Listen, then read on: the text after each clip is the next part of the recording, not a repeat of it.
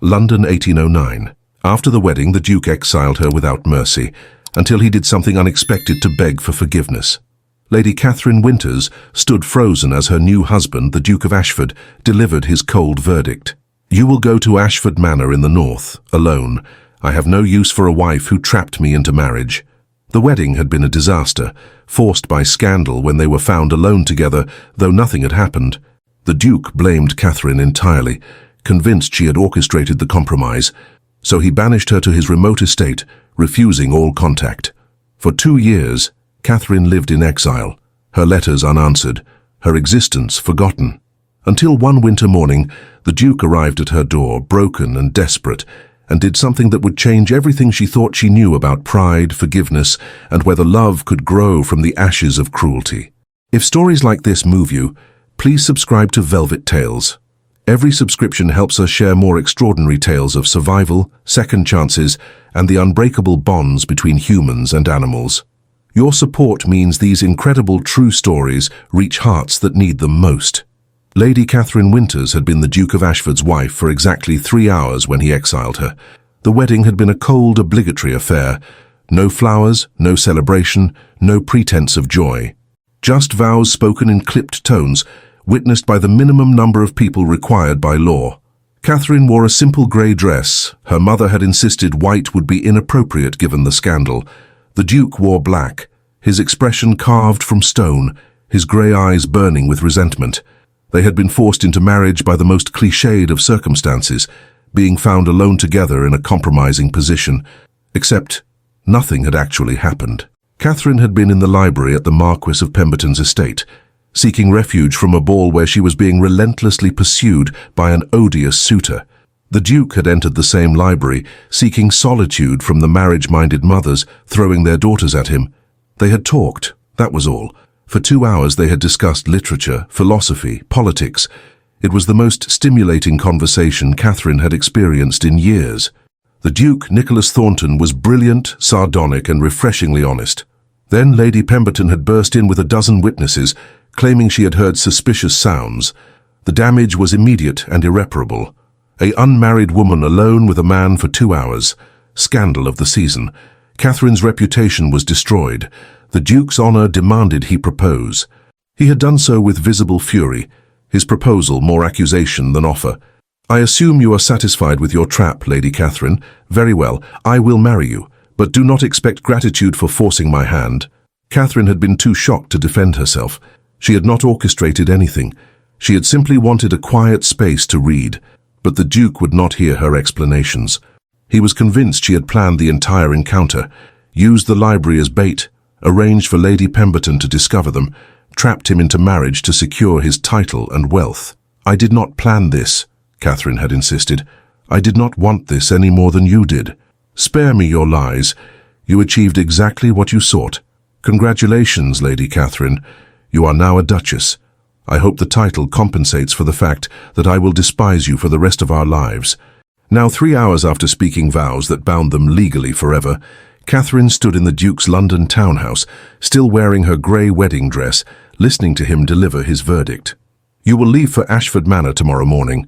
It is my primary estate in Northumberland, remote, cold, far from London society. You will live there, manage the household, fulfill whatever duties duchesses are supposed to fulfill, but you will do it alone." "Your Grace, surely we can discuss—" "There is nothing to discuss. I will not live with a woman who trapped me into marriage. I will not pretend affection I do not feel. You wanted the title. You have it. Be content with that. But we are married. Society will expect us to appear together to— Society can think what it wishes. I will provide you with a generous allowance, ensure the household staff meets your needs, fulfill all legal obligations. But I will not see you, speak to you, or acknowledge your existence beyond what is absolutely required. You are my wife in name only. That is all you will ever be." Catherine felt tears threaten, but refused to let them fall. She would not give him the satisfaction of seeing her break. "Very well, Your Grace. If that is your decision, I will accept it. But I need you to understand one thing. I did not trap you. I did not plan any of this. I am as much a victim of this situation as you are. A victim who benefits considerably. The title, the wealth, the social position, you gained everything while I lost my freedom. Forgive me if I do not sympathize with your supposed victimhood." He turned to leave, then paused at the door. "One more thing. Do not write to me. Do not attempt contact of any kind. I have instructed my secretary to refuse all correspondence from you. As far as I am concerned, this marriage ends the moment you leave London. We will be strangers who happen to share a legal document." He left. Catherine stood alone in the grand townhouse, married for 3 hours, already abandoned by her husband. The next morning, she was bundled into a carriage with her minimal possessions and sent north. The journey took 5 days, 5 days of travelling through increasingly remote countryside, watching London's bustling society fade into isolated moorland. Ashford Manor loomed on a hillside like something from a Gothic novel. Dark stone towers surrounded by windswept moors. Beautiful in a severe, unforgiving way, much like its owner. The staff greeted Catherine with cool formality. They had received instructions from the Duke. Provide the new Duchess with everything she required, but do not expect her to be a permanent fixture. His Grace would not be visiting, ever. Catherine settled into her exile with grim determination. If she was to be imprisoned here, she would at least make the imprisonment productive. She threw herself into managing the estate, something the previous housekeeper had done adequately, but without innovation. She reviewed accounts, discovered inefficiencies, implemented improvements. She visited tenant farms, learned about their struggles, advocated for better conditions. She established a school for tenant children, funded from her generous allowance. She created a lending library, organized medical care, transformed the estate from merely functional to genuinely thriving. The tenants, initially suspicious of the young Duchess exiled by her husband, gradually warmed to her. She was kind, competent, genuinely interested in their welfare. Within 6 months, they were fiercely loyal to her. But the loneliness was crushing. Catherine had no friends here, no family nearby. Her mother wrote occasionally, brief, disappointed letters lamenting Catherine's failure to secure her husband's affection. Her younger sister wrote more kindly, but was absorbed in her own London season. Catherine wrote to the Duke anyway, despite his prohibition. Not daily, not even weekly, but monthly. She sent letters updating him on estate matters, asking questions about decisions requiring his input, attempting to maintain some thread of connection. Every letter was returned unopened. After 6 months, she stopped writing about the estate and wrote something different. "Your Grace, I know you will not read this. Your secretary will return it unopened, as he has returned all my previous letters. But I need to write it anyway, even if only for myself. I did not trap you. I need you to believe that, even if you never do. I was in the library seeking escape from an unwanted suitor. You entered seeking solitude. We talked. That is all. I did not arrange for Lady Pemberton to find us. I did not plan any of this. I understand your anger. I understand feeling that your freedom was stolen. But Your Grace, my freedom was stolen too. I did not want to marry a man who despises me. I did not want to be exiled to the remote north, cut off from everyone I love. I am paying for this scandal as much as you are, but I am trying to make the best of it. I am managing Ashford Manor well. The tenants are thriving. The estate is more profitable than it has been in years. I am not the useless, scheming woman you believe me to be. I do not expect forgiveness. I do not expect affection. But I hope someday you might at least believe that I am telling the truth. Your wife in name only, Catherine." The letter was returned unopened like all the others. 1 year into her exile, Catherine received devastating news. Her father, the Earl of Winters, had died suddenly. She needed to return to London for the funeral, needed to support her mother and sister. She wrote to the Duke requesting permission to leave Ashford Manor temporarily. The letter was returned unopened. She sent a message via his solicitor. No response. Finally, she simply went. She could not miss her father's funeral because her husband refused to acknowledge her existence. The funeral was awful. Her mother, grief-stricken and angry, blamed Catherine for everything. "If you had not created that scandal, if you had not trapped the Duke, your father would not have died of shame. You killed him with your disgrace."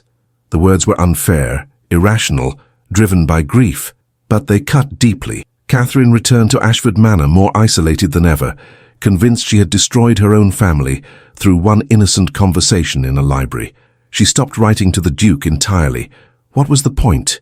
He would never read her letters. He would never believe her innocence. She was sentenced to a lifetime of exile for a crime she had not committed, but she continued improving the estate. If she could not have her husband's respect or her family's love, she could at least have the satisfaction of meaningful work. 18 months into the marriage, Catherine received an unexpected visitor.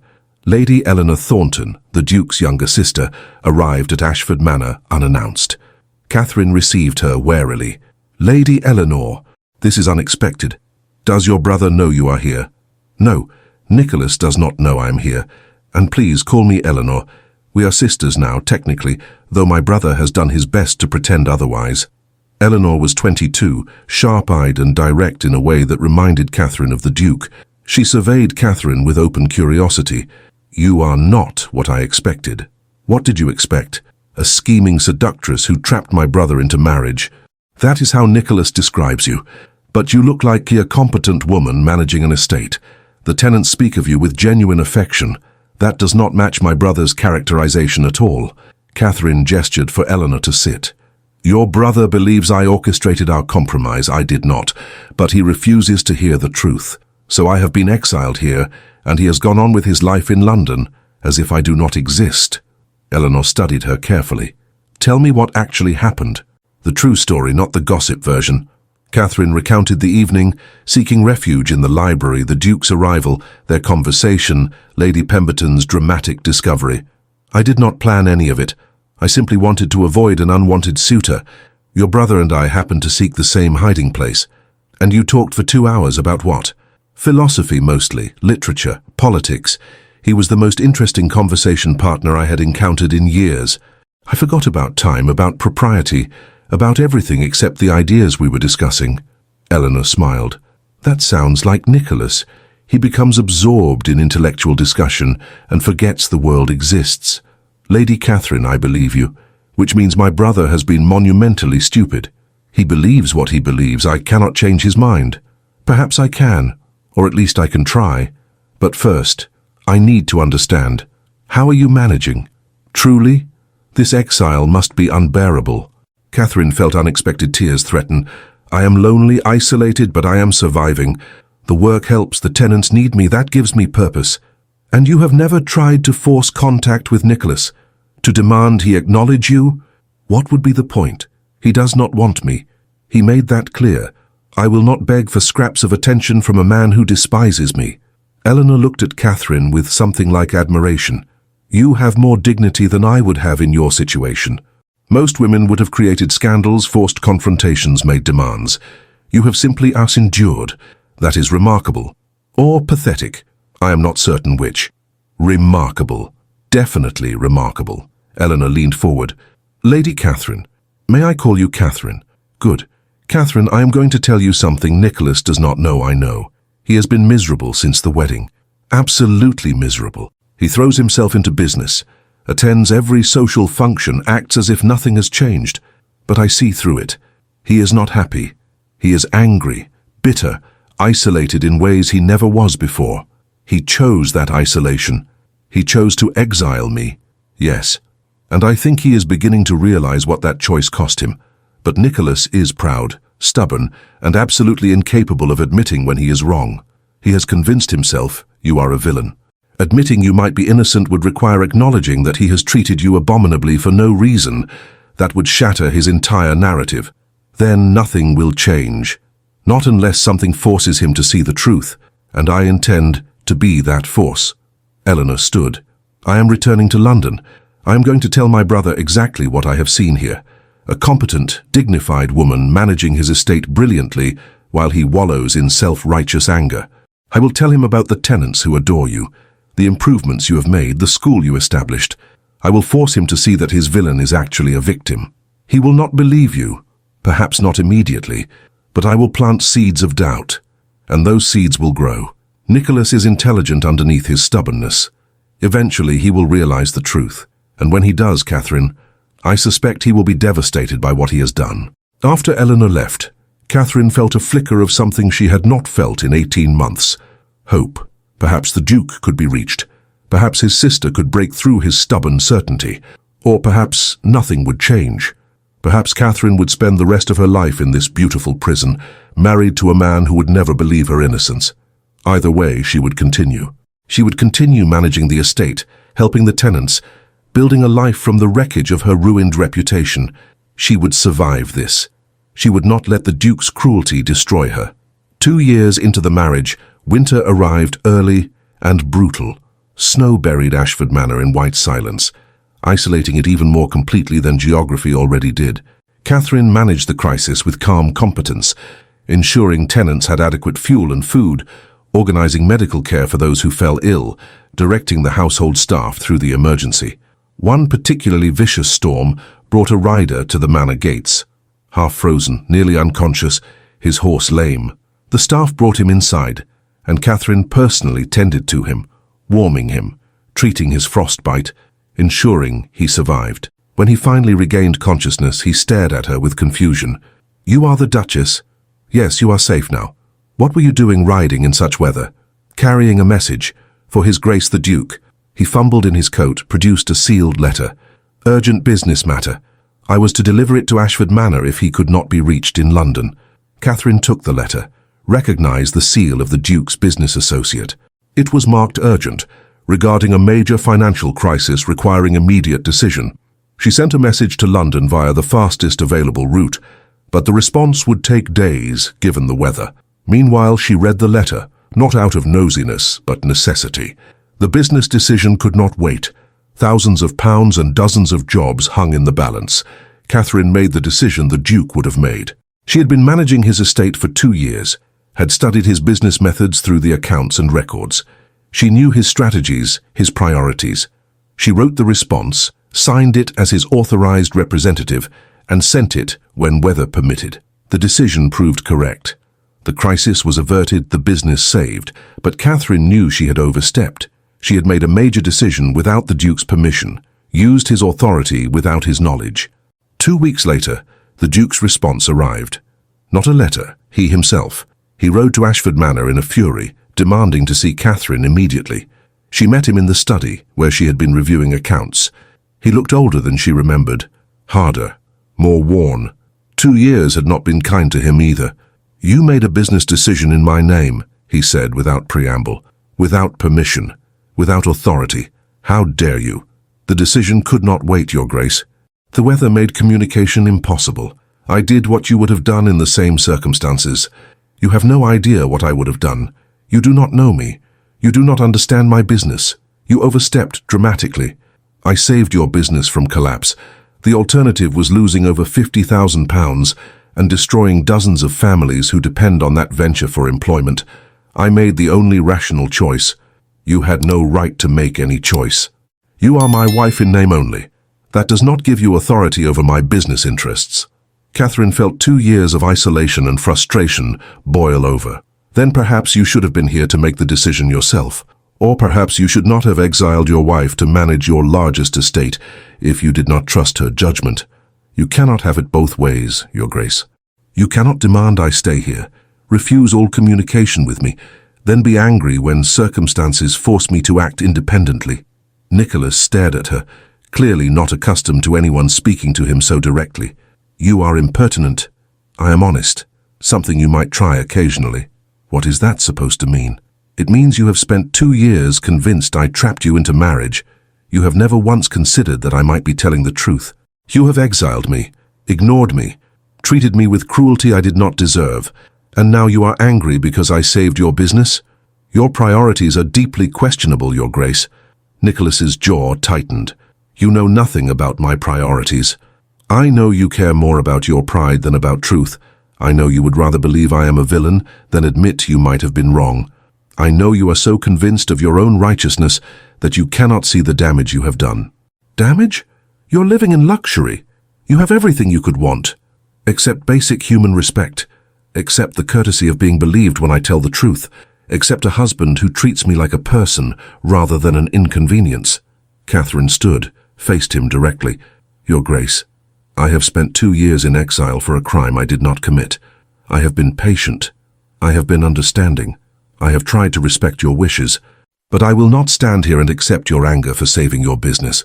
If you want to blame me for something, blame me for things I actually did, not for crimes you have imagined.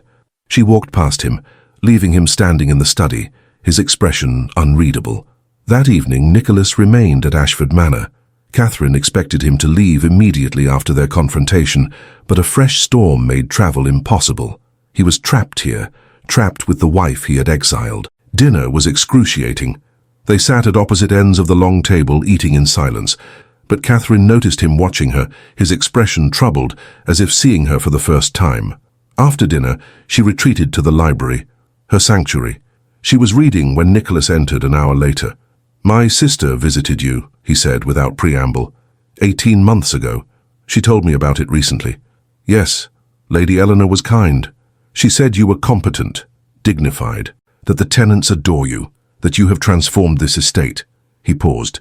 I did not believe her. "Of course you did not. You are convinced I am a scheming villain. Evidence to the contrary cannot penetrate that certainty. But then I arrived today and saw it for myself. The estate is thriving. The tenants speak of you with genuine affection and respect. The accounts are immaculate. You have accomplished in 2 years what my previous steward failed to accomplish in 10. Is this leading somewhere, Your Grace?" "I am trying to apologize." Catherine looked up sharply. "Apologize for what specifically? For exiling me, for treating me with contempt, for refusing to believe me? You will need to be more specific. The list of offenses is quite long." Nicholas flinched. "For all of it, Catherine, I have been abominably wrong about you. You have been calling me Lady Catherine for 2 years. Now suddenly I am Catherine. I have been calling you nothing for 2 years. I have refused to acknowledge your existence. That was cruel and unfair." He crossed the room, sat in the chair across from her. "When I found that letter, when I saw you had made that business decision, I was furious. Not because you made the wrong choice, you made exactly the right choice, but because it forced me to see something I have been avoiding for 2 years. What? That you are capable, intelligent, competent. Everything my sister claimed and I refused to believe. That business decision was sophisticated, strategic, exactly what I would have done. You could not have made it if you were the scheming, vapid woman I convinced myself you were. So one business decision undid 2 years of certainty about my villainy? No, it was the beginning.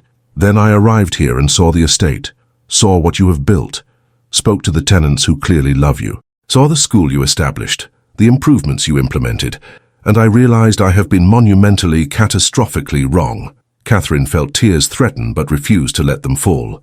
"Why now? Why believe evidence you could have investigated at any time over the past 2 years? Because I was not ready to see it before. Because admitting I was wrong meant admitting I exiled an innocent woman, meant admitting I have been cruel to someone who did not deserve it. That is not easy to face, Catherine, and yet you expect me to simply forgive you now that you have decided to believe me? No, I do not expect forgiveness. I do not deserve it. But I needed to tell you, I was wrong. About everything. You did not trap me. You did not scheme. You have been exactly what you claim to be. An innocent woman caught in a scandal not of your making. I'm sorry. Those words are inadequate, but they are true." Catherine looked at the man who had been her husband for 2 years, but whom she barely knew. He looked genuinely remorseful, genuinely devastated by his own cruelty. "I appreciate the apology, Your Grace, but an apology does not undo 2 years of exile. It does not undo the loneliness, the isolation, the pain of being rejected by a husband who never gave me a chance. You broke something when you sent me away. I am not sure it can be repaired. I understand. And I am not asking for immediate forgiveness or reconciliation, but Catherine, I would like to try. I would like to know you, the real you, not the villain I invented. Would you allow that? Why? What has changed? You still have your life in London. You still have your freedom. Why complicate it by actually acknowledging your wife?" Nicholas was quiet for a long moment. "Because I have been miserable for 2 years. I told myself it was because my freedom had been stolen. But I suspect it was because I treated you abominably, and some part of me knew it. I have been carrying guilt I refuse to acknowledge. It has poisoned everything. So this is about easing your guilt? No. It is about doing what is right, even if it is 2 years too late. Catherine, you deserved better than what I gave you. You deserved a husband who listened, who believed you, who treated you with basic respect. I failed you completely. I want to try to make amends. Not because I expect forgiveness, but because it is what I should have done from the beginning." Catherine studied him, trying to assess his sincerity. He looked genuine, but he had also looked genuinely convinced of her guilt for 2 years. Could she trust this transformation? What exactly are you proposing, Your Grace? That I stay, here at Ashford Manor. Not permanently. I still have business in London, but regularly. That we attempt to build what we should have built from the beginning, a functional marriage based on mutual respect. Not love, not affection. I do not expect love. I have forfeited any right to your affection through my behavior. But Catherine, we are married, legally bound for life. We can continue living as strangers, or we can try to build something tolerable, perhaps even something good, given time. And if I refuse, if I tell you to leave and never return, then I will respect your wishes, but I hope you will not, because I think we could be extraordinary together if given the chance. That business decision you made, it showed a strategic mind equal to my own. Our conversation 2 years ago in that library showed intellectual compatibility. We could be genuine partners if we both chose it. Catherine wanted to refuse, wanted to protect herself from further hurt. But she also wanted companionship, partnership, the possibility of a real marriage. She had been alone for 2 years. She was tired of isolation. Very well, you may stay, but Your Grace, Nicholas, I need you to understand something. I will not simply forgive and forget. You hurt me deeply. Trust will need to be rebuilt slowly. And if you prove false, if this is temporary guilt rather than genuine change, I will not give you a second chance. Fair enough. I will prove myself through actions, not words. Starting now. He stood, extended his hand. May I start by asking you to show me what you have accomplished here? I want to see everything. The school, the tenant improvements, the estate changes. I want to understand what you have built. Catherine took his hand cautiously. Very well. But Nicholas, do not expect me to be easy. I am not the same woman you exiled 2 years ago. I have become harder, more independent. I will not be a convenient, compliant wife. Good, I do not want convenient or compliant. I want real. I want the woman who stood up to me in the study, who made a brilliant business decision under pressure, who transformed this estate through sheer competence. That is the woman I want to know. Over the following week, Nicholas stayed at Ashford Manor. Catherine showed him everything she had built, the school where tenant children learned reading and mathematics, the improved cottages, the medical dispensary, the lending library. She showed him the account books, explained her innovations, demonstrated the systems she had created. Nicholas asked intelligent questions, offered genuine praise, treated her as an equal partner. It was disorienting after 2 years of being ignored. One evening, they were reviewing accounts together when Nicholas said something unexpected. You are a better manager than my previous steward. The estate is more profitable and the tenants are happier. That is a rare combination. Usually one comes at the expense of the other. I believe they are connected. Happy tenants work harder, stay longer, invest in the land's success. Treating them well is not charity. It is smart business. I agree completely. Catherine, I want you to take over management of all my estates, not just Ashford Manor, all 5 properties. You have proven you are more capable than anyone I have employed. Catherine looked at him warily. Why? So you can credit yourself with my work while I remain hidden in the north? No, so you can have the authority and recognition you deserve. I will announce publicly that you are managing the estates. Your decisions will stand. Your name will be on all contracts and agreements. This will not be hidden work. It will be acknowledged partnership. You would give me that much authority?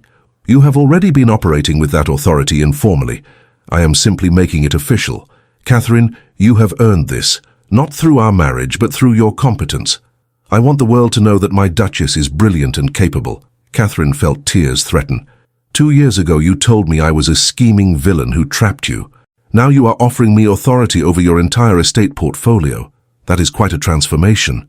I was wrong, catastrophically wrong, and I am trying to make amends. Will you accept? Yes, but Nicholas, I need you to understand. This does not mean I have forgiven you. I appreciate the apology, the recognition, the authority, but you spent 2 years treating me with cruelty I did not deserve. That damage cannot be undone in a week. I understand, and I am prepared to spend however long it takes earning your forgiveness, if you will allow me to try. Over the following months, Nicholas divided his time between London and Ashford Manor. When in London, he wrote to Catherine regularly, not perfunctory notes but real letters discussing business, sharing ideas, asking her opinions. When at Ashford Manor, he treated her as genuine partner, involving her in every major decision.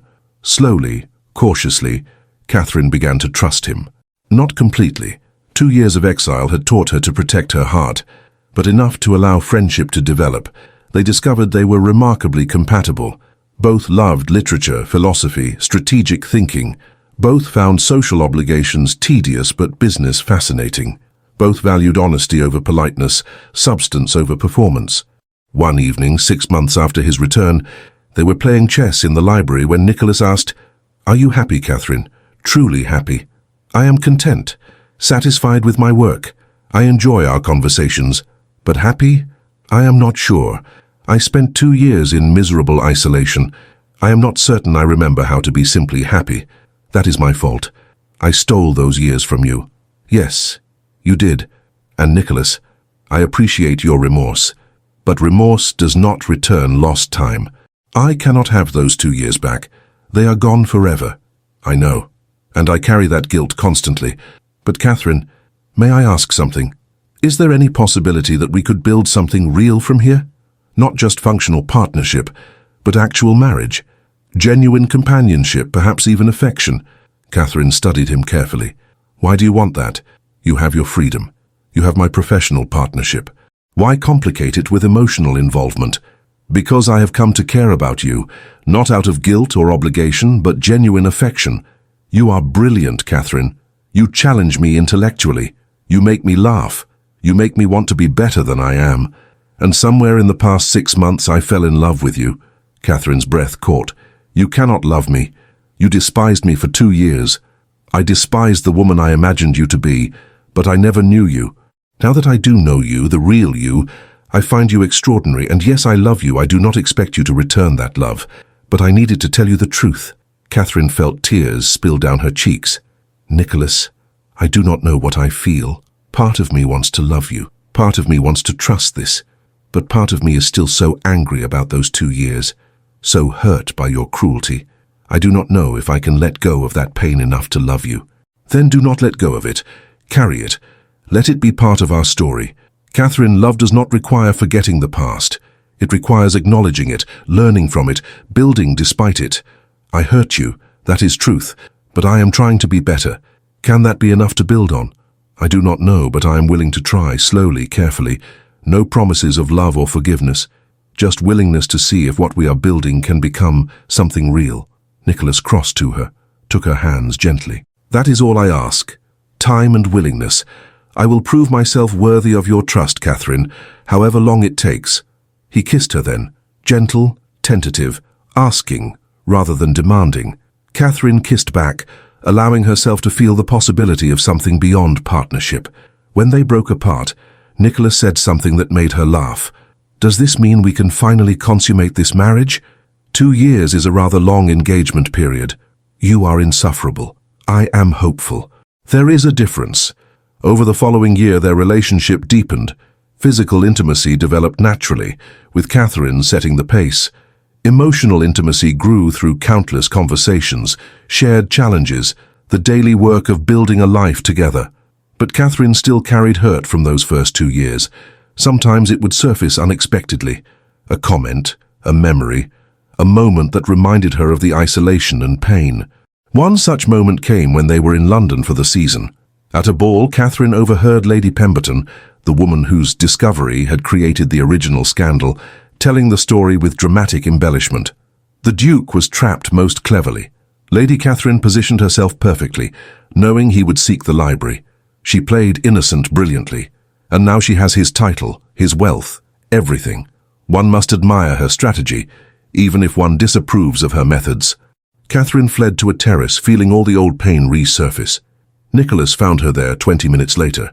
"What happened? You disappeared." "Lady Pemberton, still telling everyone I trapped you, still convinced I am a scheming villain. And Nicholas, London believes her. They all believe I orchestrated our compromise. I will never escape that reputation." Nicholas pulled her close. "Then we will create a new reputation, starting tonight."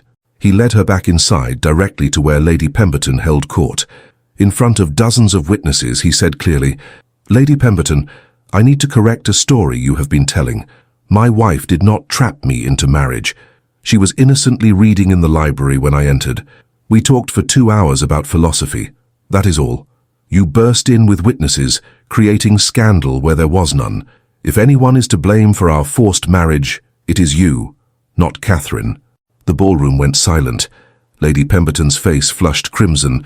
"Your Grace, you were merely destroying an innocent woman's reputation for your own entertainment, and I was complicit by believing the worst of her rather than investigating the truth. But I am done allowing that false narrative to stand. My wife is brilliant, honorable, and completely innocent of the scheme you have accused her of.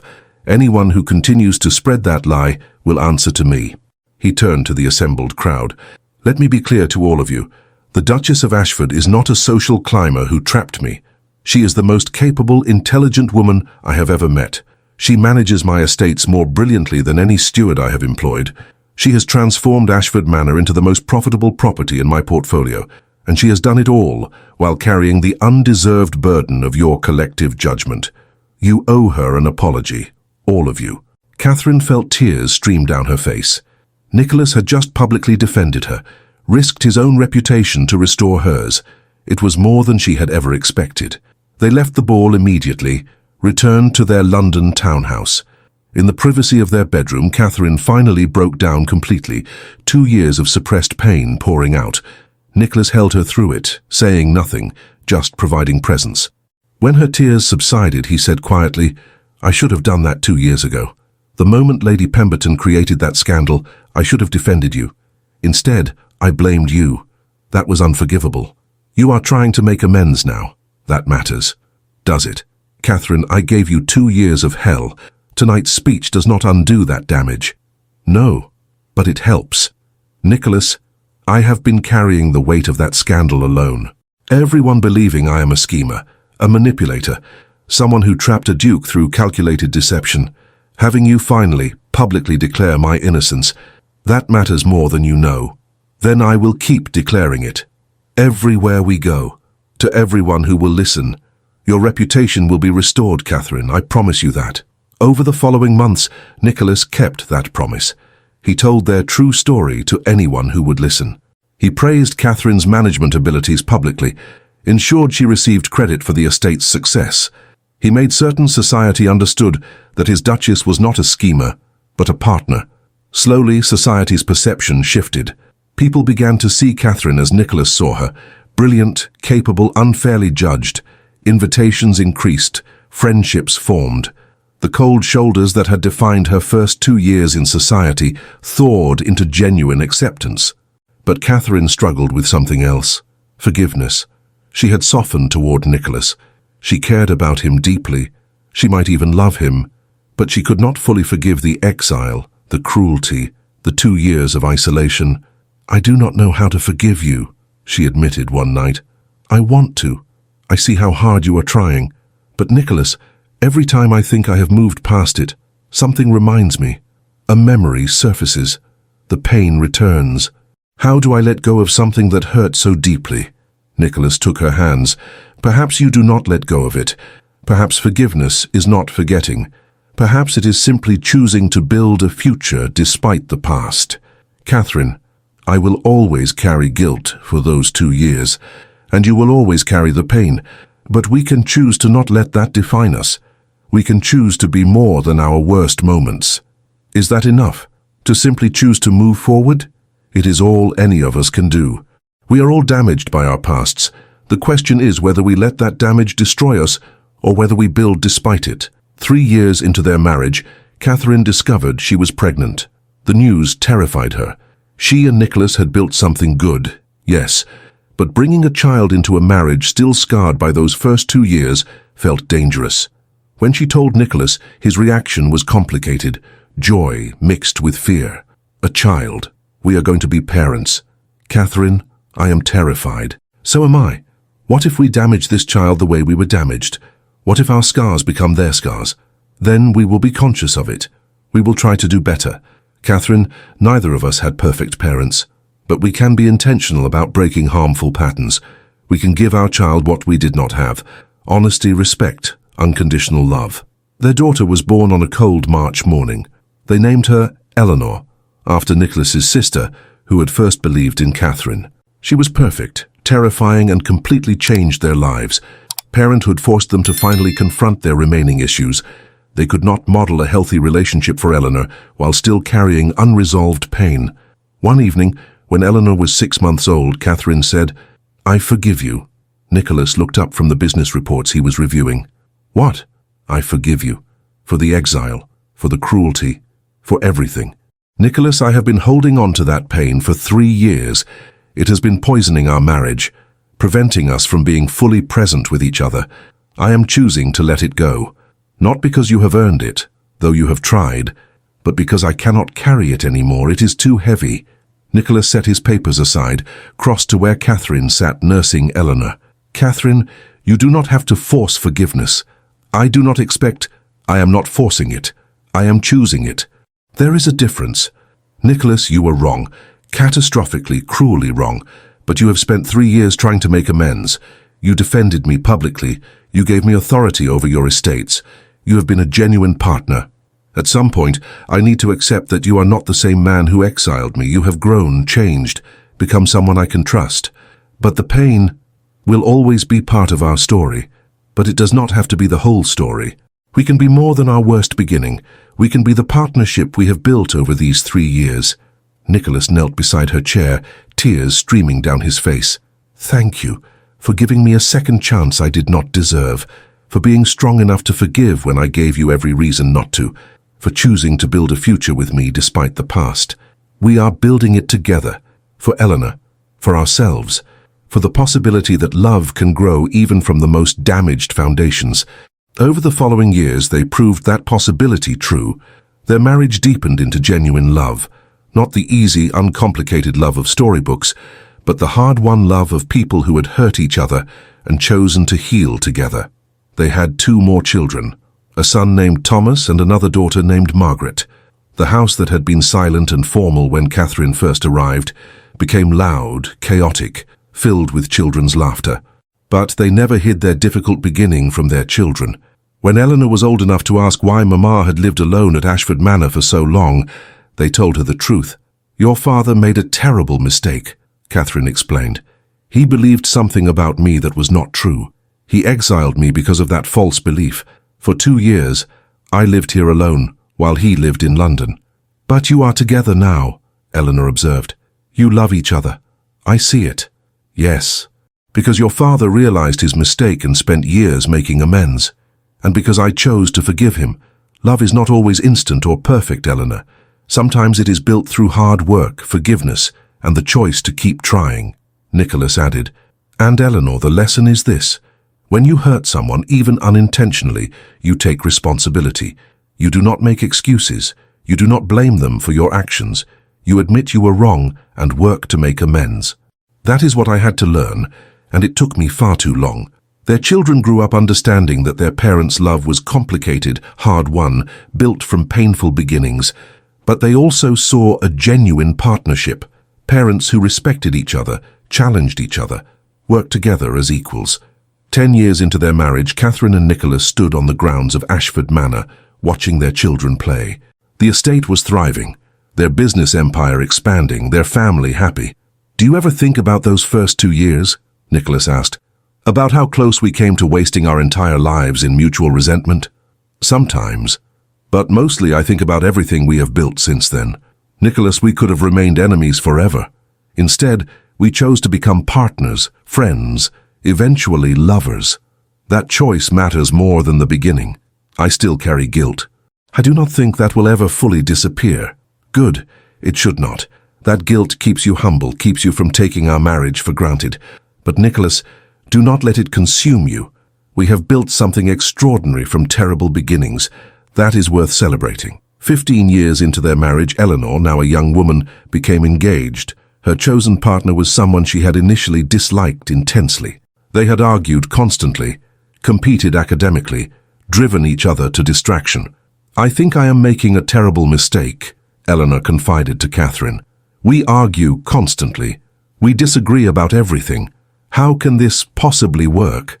Catherine smiled. "Your father and I spent the first 2 years of our marriage not speaking at all. Then we argued for the next 3.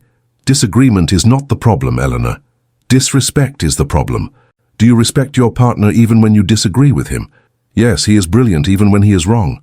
And does he respect you? Always. He never dismisses my opinions just because I am a woman. He treats me as an intellectual equal. Then you have everything necessary for a successful marriage. Mutual respect, intellectual challenge, the willingness to keep engaging even when engagement is difficult. That is what your father and I built. Say it started terribly, but we created something real through hard work and commitment. Helena hugged her mother. Thank you for showing me that difficult beginnings do not doom relationships, that forgiveness is possible, that love can be built even from hate. Not hate, misunderstanding. Your father never hated me. He hated the person he imagined I was. Once he saw the real me, everything changed. That is the lesson. See people clearly. Not through prejudice or assumption, but as they actually are. 20 years into their marriage, Catherine and Nicholas hosted a ball at Ashford Manor, the first major social event the estate had seen since Catherine's arrival decades earlier. The ballroom was filled with family, friends, business associates, tenants.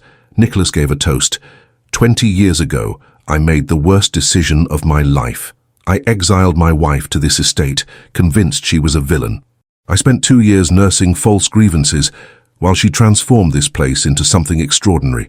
When I finally realized my mistake, when I came here to apologize, I expected her to send me away. She should have. Instead, she gave me a chance to earn her forgiveness. That chance changed everything. He looked at Catherine, his eyes full of emotion. My wife saved me from my own stupidity. She could have remained bitter, could have made our marriage a daily punishment for my cruelty. Instead, she chose to forgive, to build, to create something beautiful from the ashes of our terrible beginning. Catherine, you are the most extraordinary person I have ever known. Thank you for giving me 20 years of partnership, friendship, and love I did not deserve but will cherish forever. Catherine stood, raised her own glass, and thank you for proving that people can change, that mistakes can be acknowledged and corrected, that love can grow even from the most damaged foundations. 20 years ago, I thought my life was over, exiled to the north, married to a man who despised me. Today, I have everything I never knew I wanted, a genuine partner, brilliant children, a life full of meaning and purpose. Our beginning was terrible, but our middle and our future, those are ours to create, and we have created something extraordinary. The toast was followed by dancing. Nicholas and Catherine danced together, moving with the ease of 20 years of partnership. As they danced, Catherine whispered, "Do you regret anything? If you could go back and change our beginning, would you?" "Yes and no. I regret the pain I caused you. I would change my initial judgment, my cruelty, the exile. But Catherine, if I changed all that, would we have built what we have now? Would we have learned the lessons we learned? Would we have the depth of understanding that came from working through our damage together? Probably not. Pain is an effective teacher, even if it is a harsh one. So I regret the suffering, but I cannot fully regret the journey. We are who we are because of everything, the good and the terrible, and who we are is pretty extraordinary. That night, after the guests had departed and their children were asleep, Catherine and Nicholas sat in the library, the room that had become their sanctuary. They were reviewing plans for a new business venture when Nicholas said something unexpected. "I want to write a letter to my younger self, the man who exiled you. Tell him what a fool he is being. Would that be therapeutic or simply pointless?"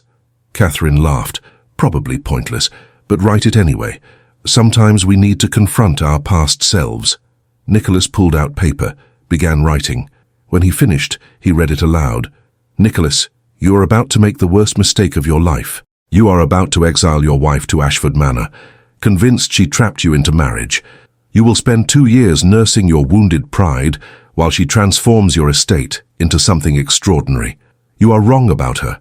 Completely, catastrophically wrong. She did not trap you. She is not a schemer. She is brilliant, competent, and utterly innocent of the crimes you are imagining. When you finally realize your mistake, and you will be devastated by what you have done. You will spend years making amends, earning back trust you destroyed through stubborn pride. But here is the good news. She will forgive you. Not immediately, not easily, but eventually.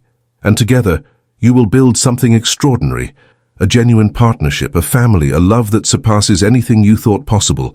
So my advice to you, past self, is this. Believe her. Listen to her.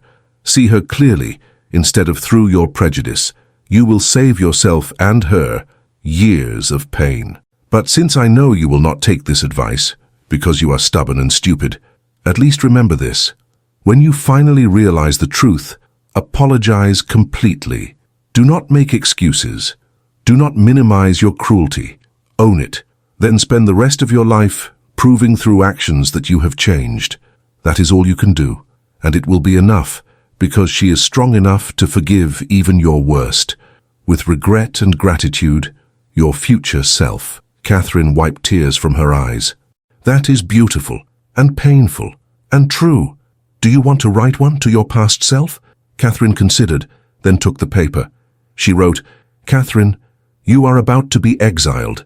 Your new husband will send you to his remote estate, convinced you trapped him. You will spend 2 years alone, isolated, convinced your life is over. I cannot tell you it will not be painful. It will be. You will cry yourself to sleep more nights than you can count. You will feel abandoned, judged, utterly alone. But Catherine, you will survive. More than survive, you will thrive. You will transform that estate into something magnificent. You will discover strengths you did not know you possessed.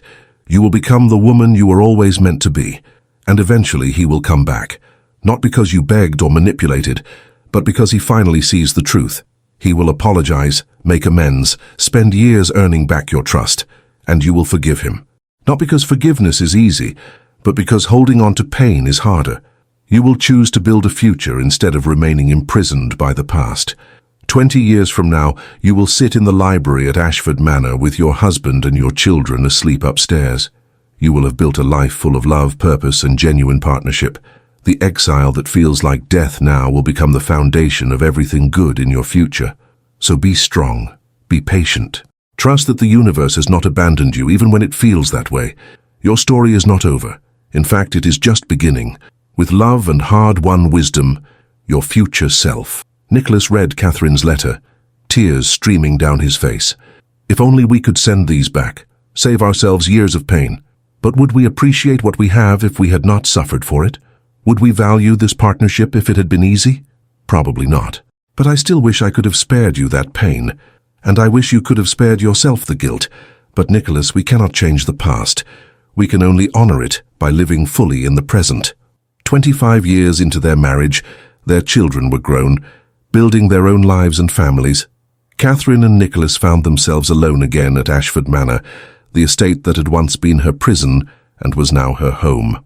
One evening they walked the grounds together, watching the sunset paint the moorlands in shades of gold and purple. Do you remember the first time I came here? Nicholas asked. After 2 years of exiling you? I was so angry about that business decision you made, so convinced you had overstepped. And I was so angry that you dared to criticize me after abandoning me for 2 years. That argument in the study, we were both so fierce, so unwilling to back down. That argument changed everything. Because you did not cower or apologize, you stood your ground, you demanded respect. That was when I first saw you clearly, not as the imagined villain, but as the real Catherine. Strong, brilliant, completely unapologetic.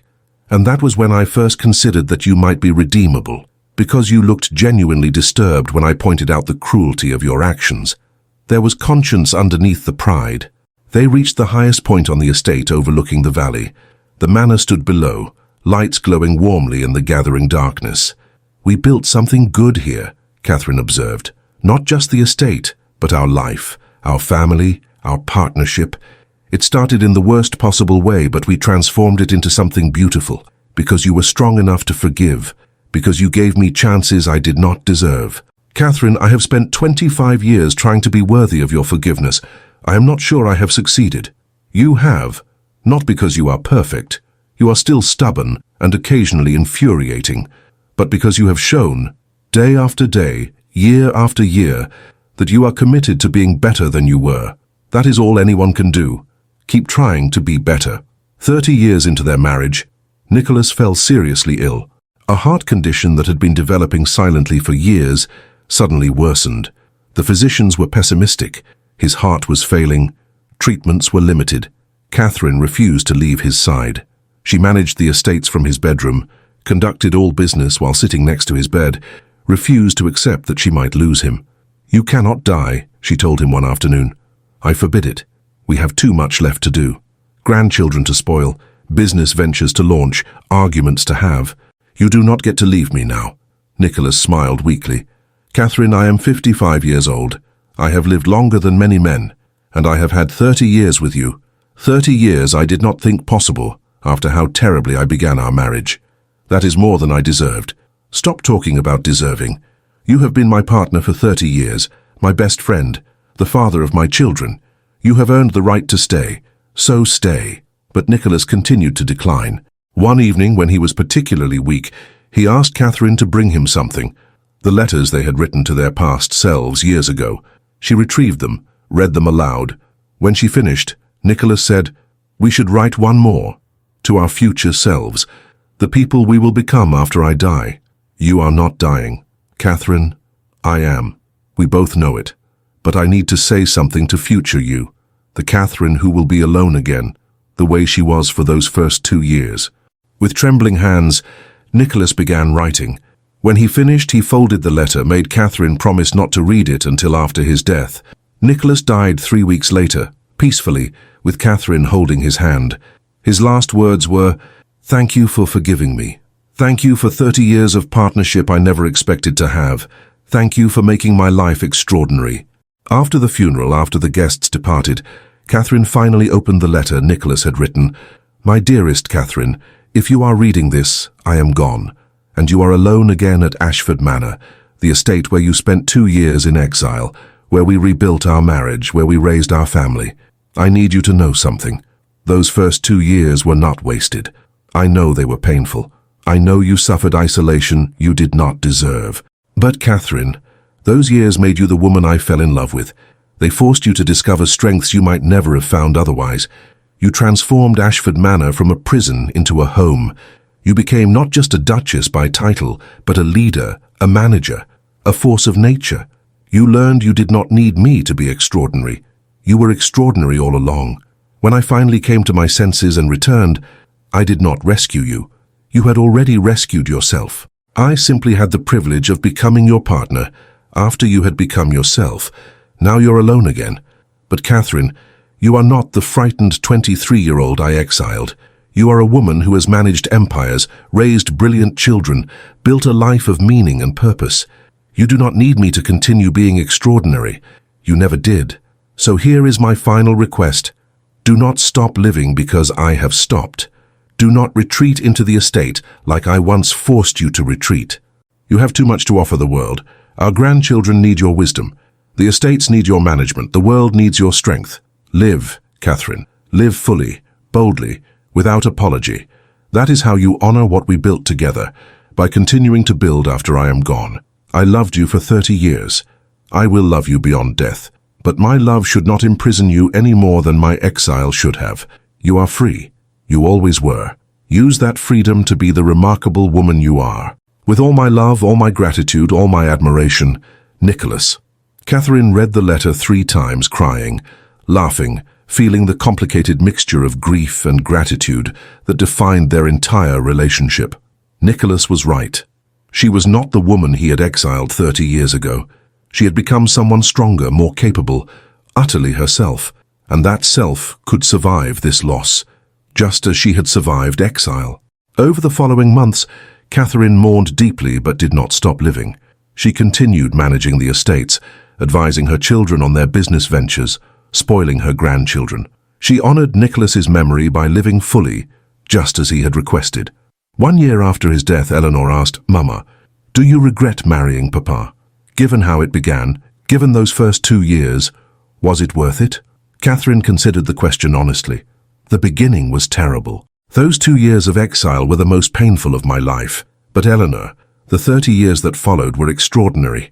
We built something real from the ruins of our forced marriage. We created you and your siblings. We managed empires. We loved each other deeply despite our damaged beginning. So you do not regret it? I regret the pain, but I do not regret the marriage, because your father taught me something important. People can change. Mistakes can be corrected. Love can grow in the most unlikely soil. He was wrong about me, catastrophically wrong. But when he realized his mistake, he spent 30 years making amends. That matters. Growth matters. The choice to be better matters. 5 years after Nicholas's death, Catherine published a memoir, not a romantic retelling of their story, but an honest account. She detailed the exile, the loneliness, the pain. She described Nicholas's eventual apology and their slow rebuilding.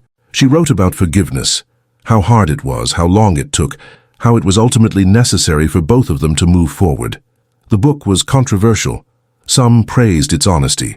Others criticized Catherine for airing private matters publicly, but many readers, particularly women who felt trapped in difficult marriages, found hope in her story. One woman wrote, "Your story taught me that I do not have to accept mistreatment, that demanding respect is not cruelty, that forgiveness is possible but should be earned. Thank you for being honest about how hard it all was." Catherine treasured these letters. They proved that her suffering had meaning beyond her own life, that sharing her story helped others navigate their own difficult relationships. 10 years after Nicholas's death, Catherine was 73, still managing the estates, still sharp and capable. Her children and grandchildren gathered at Ashford Manor for a celebration of her birthday. At dinner, her grandson Thomas, named for her father, asked, "Grandmother, what do you want us to remember about you, about your life?" Catherine thought carefully. "Remember that I was exiled for 2 years for a crime I did not commit. Remember that I survived that exile by refusing to be diminished by it. Remember that I forgave a man who had hurt me deeply, but that forgiveness was earned through 30 years of consistent effort. Remember that I built a meaningful life from terrible circumstances. And remember that being strong does not mean being unbreakable. It means breaking and choosing to put yourself back together. That is what you want your legacy to be? No. My legacy is you. All of you. The children and grandchildren who grew up seeing that difficult beginnings do not define outcomes. That people can change. That forgiveness is possible but should never be cheap. That women can be strong, capable, and respected. That is what I want you to carry forward. Not the story of my exile, but the story of what I built after." Catherine lived another 5 years, passing away at age 78. She died peacefully in her sleep at Ashford Manor, surrounded by the estate she had transformed from prison to home. At her funeral, Eleanor gave the eulogy. "My mother was exiled by my father for 2 years. That is the part of the story everyone knows. But what people do not know is what she built during that exile. She transformed Ashford Manor into a thriving estate. She established schools, improved tenant conditions, created systems that are still in use today. She did not sit around waiting to be rescued. She rescued herself. When my father finally came to his senses and apologized, my mother did not immediately forgive him. She made him earn it. For years she demanded respect, insisted on genuine partnership, refused to settle for token gestures, and eventually she chose to forgive, not because forgiveness was easy, but because building a future required letting go of the past. That is who my mother was, a woman who refused to be defined by others' mistakes, who built extraordinary things from terrible circumstances, who showed all of us that strength is not about never falling, it is about getting back up every single time. After the funeral, the family gathered at Ashford Manor. They found a letter Catherine had left, to be opened after her death. Eleanor read it aloud. "My dearest family, if you are reading this, I am gone, and you are probably feeling complicated emotions, grief certainly, but also perhaps relief that I can finally rest after 78 years of stubbornness. I want to tell you about the day I was exiled. I stood in that London townhouse, married for 3 hours, listening to my new husband send me away. I thought my life was over. I thought I would spend the rest of my existence in lonely isolation, paying for a crime I did not commit. I was wrong. My life was not ending. It was beginning. Those 2 years of exile taught me who I was when stripped of everything else. Not a duke's wife, not society's judgment, just Catherine. And Catherine was stronger than I had ever imagined. When Nicholas finally returned and apologized, I had a choice. I could remain bitter, could punish him for the rest of our lives, could make our marriage a daily reminder of his cruelty. Many people would have chosen that path. It would have been justified. But I chose differently. Not because Nicholas deserved forgiveness, he did not, at least not initially, but because I deserved to live without the weight of sustained bitterness. Forgiveness freed me more than it freed him. We built 30 extraordinary years from that choice. We created you, brilliant, strong, capable people who have exceeded anything I dreamed possible. We managed empires, yes, but more importantly, we modeled partnership based on mutual respect and honest communication. Our beginning was terrible, but our middle and our end, those were ours to shape, and we shaped them into something beautiful. So here is my final wisdom to you. Terrible beginnings do not determine outcomes. How you respond to difficulty matters more than the difficulty itself. Forgiveness does not require forgetting, but it does require releasing the constant weight of anger. And building something meaningful requires accepting that the foundation might be damaged, but damaged foundations can still support extraordinary structures if reinforced properly. I loved your grandfather, despite everything. I loved you with my whole heart. I loved the life I built from exile and pain and eventual healing. I regret nothing except that I cannot have another 78 years to continue building. Live fully, love deeply, forgive when possible, but demand that forgiveness be earned. And remember, being exiled does not mean being defeated. I was exiled, and I thrived. So can you, whatever exiles life imposes. With all my love, all my strength, all my hope for your futures, Catherine Winters Thornton, Duchess of Ashford. The family sat in silence after Eleanor finished reading. Then Catherine's youngest grandson, just 10 years old, asked, "Did great-grandfather ever stop feeling guilty for exiling great-grandmother?" Eleanor smiled sadly. No, he carried that guilt until he died, but he channeled it into being the best partner he could be. He never took my mother for granted. He never stopped trying to be worthy of her forgiveness. And I think that is the lesson. Not that guilt disappears, but that you use it to fuel better choices. The Ashford family created a foundation in Catherine's name, focused on helping women escape difficult circumstances. They funded education, business training, legal assistance, everything that gave women the tools to rescue themselves, just as Catherine had done. The foundation's motto, taken from Catherine's own words, was, "Exile does not mean defeat. Build where you are planted." 50 years after Catherine's death, a descendant named Catherine Eleanor, named for both her famous ancestors, stood at Ashford Manor, now a historical site. She was researching family history, trying to understand the legendary relationship that had shaped generations. She found letters in the estate archives, hundreds of them, exchanged between Catherine and Nicholas during their 30-year marriage. The early letters showed the careful distance of two people learning to trust. Later letters revealed deep affection, intellectual partnership, genuine love. One letter particularly moved her, written by Nicholas on their 25th anniversary. "My dearest Catherine, 25 years ago today, I made the worst decision of my life, followed by the best. The worst, exiling you without mercy, convinced of your guilt, blind to your innocence. The best, accepting your willingness to give me a second chance after I came to my senses. I have spent 25 years trying to be worthy of that second chance. I am not sure I have succeeded. The guilt never fully disappears. Every time I see you managing the estates brilliantly, every time you navigate complex business with effortless competence, I remember that I tried to deny the world your gifts. I tried to imprison you, to diminish you, to punish you for crimes you did not commit. Thank God you were stronger than my stupidity. Thank God you refused to be diminished. Thank God you eventually forgave me, though I did nothing to deserve it. You saved me, Catherine, not by forgiving me, that came later, but by refusing to let my cruelty destroy you, by thriving in exile, by building something extraordinary when I tried to imprison you in nothing. You showed me what real strength looks like. I love you. I have loved you for 20 years. It took me 5 years to realize what I felt was love. I'm slow that way. I will love you for however many years we have left. And when I die, my greatest regret will be that I wasted those first 2 years. 2 years when we could have been partners, building together. 2 years stolen by pride and stupidity. But my greatest pride will be the 25 years that followed. The life we built despite my terrible beginning. The proof that people can change, that love can grow from damaged soil, that forgiveness can transform everything. Thank you for being stronger than my weakness.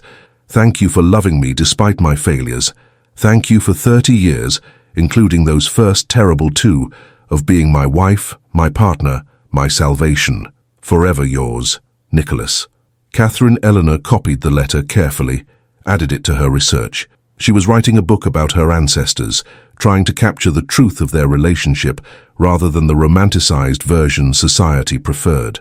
She titled the book, After the Exile, How Catherine Winters Built an Empire from Cruelty and Forgiveness. The book became a bestseller, introducing a new generation to the Ashford story. But Catherine Eleanor was careful to present the complexity, the cruelty of the exile, the pain Catherine endured, the long journey to forgiveness, the genuine transformation of both people. She included a final chapter about visiting Ashford Manor, standing in the rooms where Catherine had lived during her exile. I stood in what was Catherine's bedroom during those first 2 years. It overlooks the moorlands, beautiful in their starkness, isolated in their beauty. This is where she cried herself to sleep, where she processed the betrayal of being exiled for a crime she did not commit, where she slowly transformed pain into purpose. The room feels sacred, not because of grand historical events, but because of the ordinary heroism that occurred here. A young woman refusing to be destroyed by cruelty, choosing to build instead of surrender, finding strength she did not know she possessed. Catherine could have let the exile break her. She could have retreated into bitterness, could have made her eventual reconciliation with Nicholas a daily punishment. Many people would have chosen that path, but she chose differently. She chose to forgive, slowly, carefully, only after Nicholas had proven through years of effort that he had genuinely changed. That choice freed her more than it freed him. Standing in this room, I understand something about my ancestors that historical accounts miss. They were not perfect people who overcame adversity through noble character. They were flawed people who made terrible mistakes and chose to grow from them. Nicholas was wrong, catastrophically, cruelly wrong, to exile Catherine. But he spent 30 years making amends. Catherine was hurt, deeply, legitimately hurt, but she chose forgiveness over sustained bitterness. Neither choice was easy. Both required daily recommitment. That is the real story of Catherine and Nicholas Ashford. Not a romance, not a tragedy, but a complicated truth. People can be both terrible and wonderful. Relationships can start badly and end well. Forgiveness can be both necessary and hard-won. Their legacy is not perfection. It is the proof that terrible beginnings do not determine outcomes, that people can change, that love can grow even from the most damaged foundations. And standing here, in the room where Catherine endured her darkest days, I feel grateful for her strength. Because she refused to be diminished, her descendants, including me, inherited the example that we too can survive whatever exiles life imposes. We too can build from cruelty. We too can choose forgiveness without forgetting. We too can transform pain into purpose. That is the gift Catherine Winters Thornton gave us. Not a perfect love story, but a real one.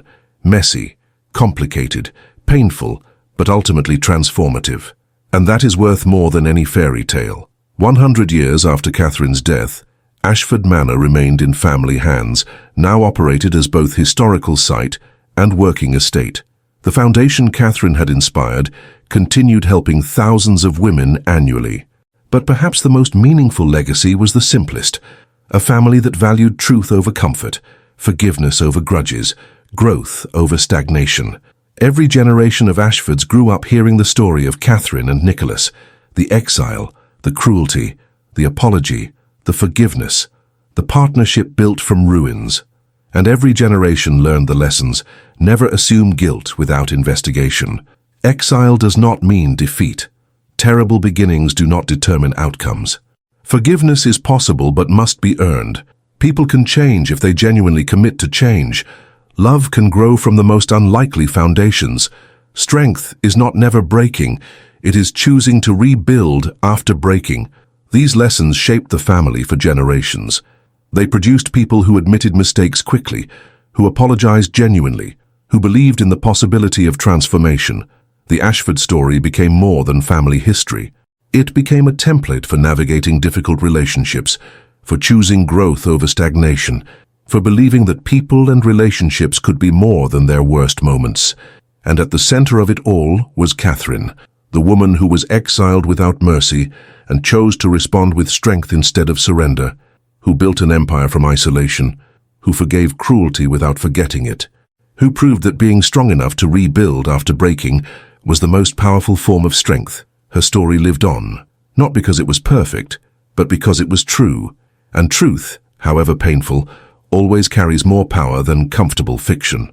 200 years after the exile, a young woman named Catherine, yes, another Catherine, the name passed through generations like a blessing, stood on the grounds of Ashford Manor. She was there for her own exile of sorts. Not physical banishment, but emotional. A painful divorce, a career setback, a loss of identity. She had come to the manor seeking inspiration from her famous ancestor, wanting to understand how Catherine Winters had survived her own exile. The curator, recognizing the family resemblance, allowed her special access. She spent the afternoon in Catherine's original rooms, reading letters, studying accounts, trying to absorb strength from 200-year-old documents. As sunset approached, she found one final letter, Catherine's very last letter to Nicholas, written shortly before her death. My dearest Nicholas, I am writing this as my final letter to you, though you have been gone these 5 years. But I have written to you weekly since your death, continuing our lifelong conversation. This will be my last. I want to tell you what I could never quite articulate while you lived. I forgave you completely. Not partially, not with lingering resentment. Completely.